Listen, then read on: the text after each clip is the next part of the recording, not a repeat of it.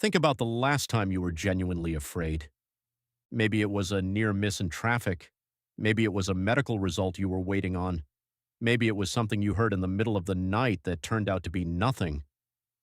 Now imagine that level of fear, that physical, full-body alarm response, was not an occasional event.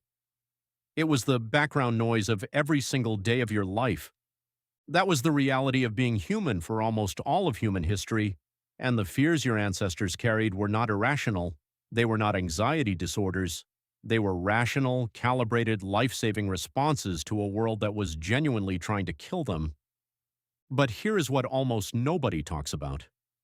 The thing ancient humans feared most was not what you think. It was not the predators, not the cold, not even starvation, though all of those were terrifying. The deepest, most paralyzing fear in the prehistoric world was something your brain still carries today. Something that runs so deep in human neurology that researchers can measure it, test it, and trace it back millions of years. The fear of being left behind. Here is what the evidence actually shows.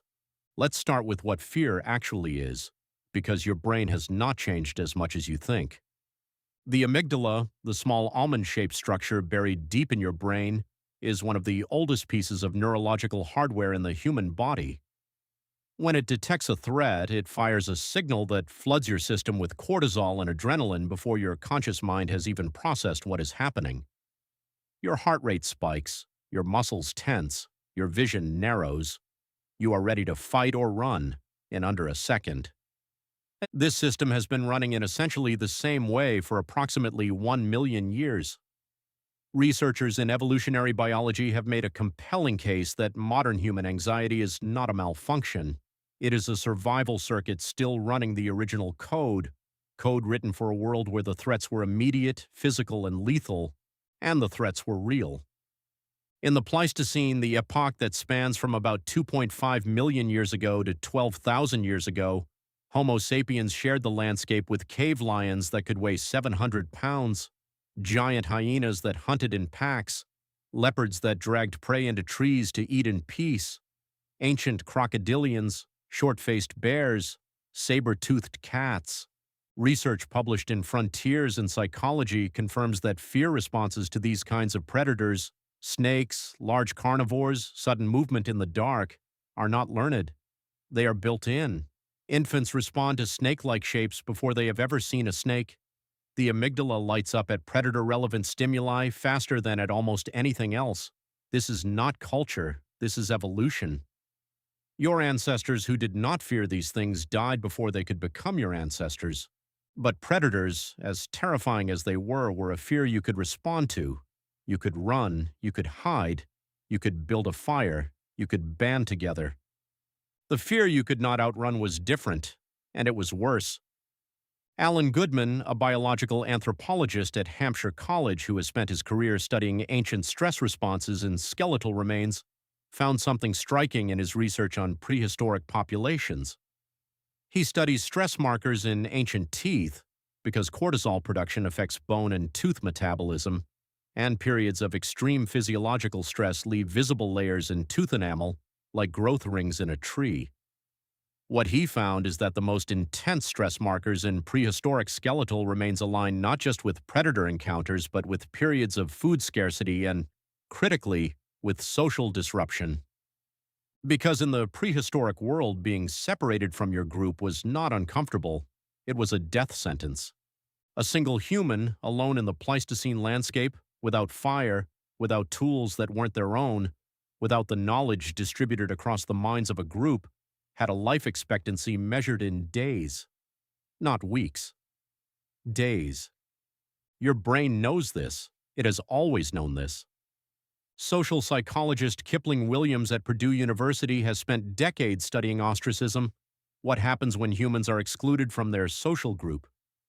His research consistently finds that the pain of social exclusion activates the same neural pathways as physical pain, the same regions of the brain that process a broken bone process rejection. This is not metaphor. The brain does not distinguish between the two because for most of human history there was no meaningful distinction. Exclusion from the group meant death. The brain treated it accordingly. The fear of being left behind, cast out, forgotten. It is the oldest fear in the human repertoire. Older than the fear of predators, older than the fear of the dark, and it runs through everything your ancestors did, every alliance they built, every story they told, every rule they followed. Now let's talk about the fear they could not see coming. Of all the things that killed prehistoric humans, the most terrifying were the invisible ones. Pandemic-scale disease events, the kind that swept through a group and killed half of them in weeks, left no warning, no explanation, and no escape. From the perspective of a prehistoric human, the sick person simply stopped being well. Someone who had been strong and healthy yesterday was burning with fever today and dead within a week. And the same thing could happen to you, to anyone, for no visible reason. Research on prehistoric burial practices reveals something important about how ancient humans processed this fear.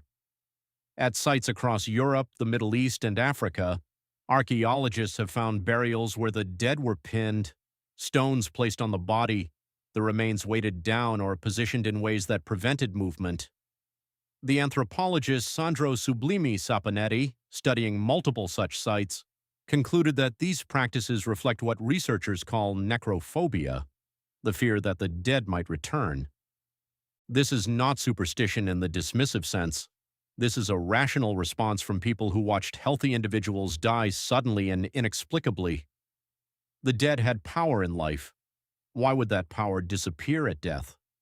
And if whatever killed them was still present, in the body, in the air, in the place, how did you protect yourself from something you could not see? The answer was ritual. The answer was explanation. The answer was the shaman, the medicine keeper, the elder who had seen this before and survived to say what it meant. Because the deepest fear, underneath all the others, was the fear of not understanding, of facing a threat that had no shape, no face, no direction to run from. Now reconstruct the scene. It is 28,000 years ago. 3 people in your group of 12 have died in the same week. Same symptoms, same progression. No predator did this, no fall, no wound. You sit by the fire that night and the silence is different. People sit closer together than usual.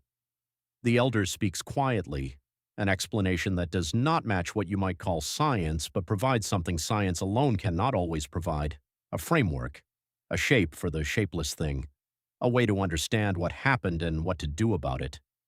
You perform the rituals, you move the camp, you watch the remaining members of your group with an attention so acute it feels like another sense. You are not being irrational. You are doing exactly what 2.5 million years of evolution built you to do. You are using every cognitive tool available to manage a threat your brain cannot locate or outrun. You are doing what humans have always done with their deepest fears. You are turning them into story, into ritual, into action, because action is the only thing that makes the uncontrollable feel survivable. Here is what should change how you see yourself. The fear of the dark that you still feel when a room is pitch black, that is 1 million years old. The anxiety you feel when a social situation goes wrong, when you sense disapproval, when you feel excluded from a group, that is 2.5 million years old. The dread you feel when someone you love gets sick and nobody can explain why, that is as old as human consciousness itself. None of these fears are weaknesses. All of them are inherited tools from people who faced real versions of these threats and survived. Your ancestors were afraid every single day, and they built a civilization anyway. The fear did not stop them, it drove them. If this changed how you think about your own fears, subscribe. There is more where this came from, and you do not want to miss what is next.